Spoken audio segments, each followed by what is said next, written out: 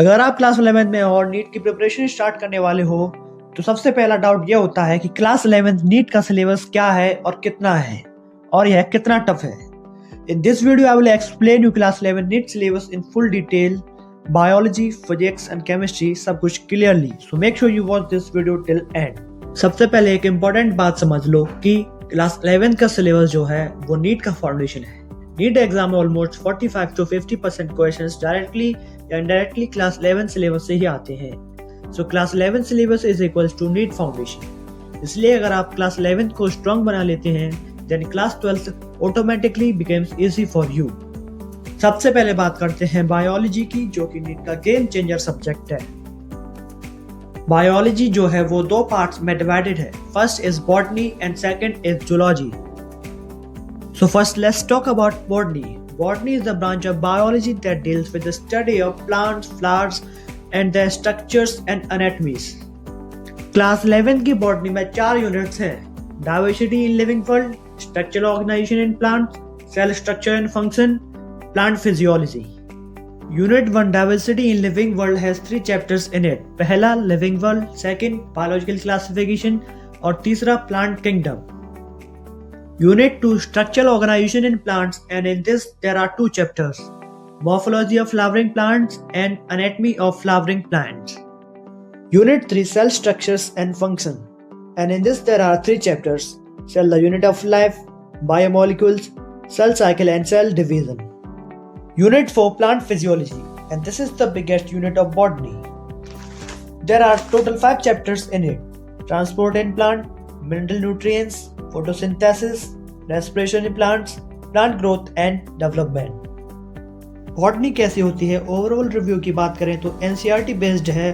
Theory plus diagram का बहुत role होता है नीट में, क्योंकि डायरेक्ट क्वेश्चंस आते हैं एग्जाम में। Difficulty level of botany is easy to moderate and the weightage of botany is high in NEET exam. Now zoology.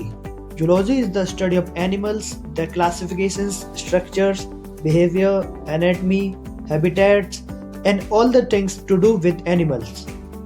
Zoology में 3 यूनिट्स हैं: diversity in the living world, structural organization in animals and human physiology. Unit 1 diversity in the living world, and इसमें सिर्फ एक ही chapter है, animal kingdom. Unit 2 structural organization in animals, and there are 3 topics in this unit: animal tissue, cockroach and frog. And the third unit is human physiology, and this is the most interesting unit of biology as we came to know about the body in this. This unit consists of 7 chapters: digestion and absorption, breathing and exchange of gases, body fluids and circulation, excretory products and elimination, locomotion and movement, neural control and integration, chemical coordination and integration. Overall zoology conceptual and factual होती है and NCERT line based questions exam में बहुत आते हैं। इसका weightage भी very high होता है नीट एग्जाम में। अब आते हैं सबसे फेयर्ड सब्जेक्ट फिजिक्स पर। But physics is the rank booster subject. Without physics attaining a good rank in NEET exam is impossible. Class 11 की फिजिक्स में टोटल 14 चैप्टर्स हैं: physical world and measurement, units and measurement, motion in a straight line, motion in a plane, laws of motion, work, energy and power, center of mass and rotational motion, gravitation, mechanical properties of solid, mechanical properties of fluid, thermal properties of matter, thermodynamics, kinetic theory of gases, oscillations and waves. Physics जो है concept based होती है, उसमें heavy numericals होते हैं and formula clarity is very important in this. Physics तब लगती है जब कंसेप्ट क्लियर नहीं होते, बट अगर बेसिक स्ट्रॉन्ग है देन फिजिक्स भी स्कोरिंग सब्जेक्ट बन जाती है। Our third subject is chemistry, and chemistry जो है वो एक बैलेंस्ड सब्जेक्ट है जो हमारे नीट के मार्क्स को बैलेंस करती है। केमिस्ट्री जो है वो 3 पार्ट्स में डिवाइडेड है: physical chemistry, inorganic chemistry, organic chemistry. Physical chemistry में 6 चैप्टर्स हैं: some basic concepts of chemistry, atomic structure, states of matter, thermodynamics, equilibrium, redox reactions.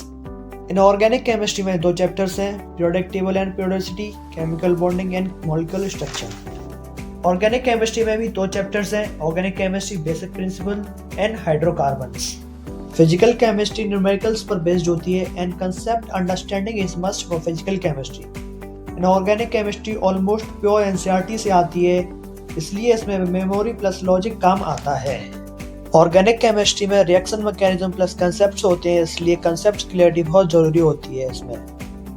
Now let's talk about some common mistake students make in the class 11।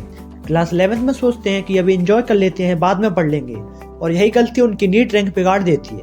अगर आप NEET clear करना चाहते हैं अच्छी rank के साथ, then you must give priority to NCERT and weekly revisions are compulsory. अगर आप क्लास 11 नीट सिलेबस को स्मार्ट प्लानिंग के साथ कवर कर लेते हैं तो नीट क्रैक करना बिल्कुल पॉसिबल है with the good rank and position. Video helpful लगा हो तो लाइक करें, नीट रिलेटेड गाइडेंस के लिए सब्सक्राइब करें। Thank you guys for watching.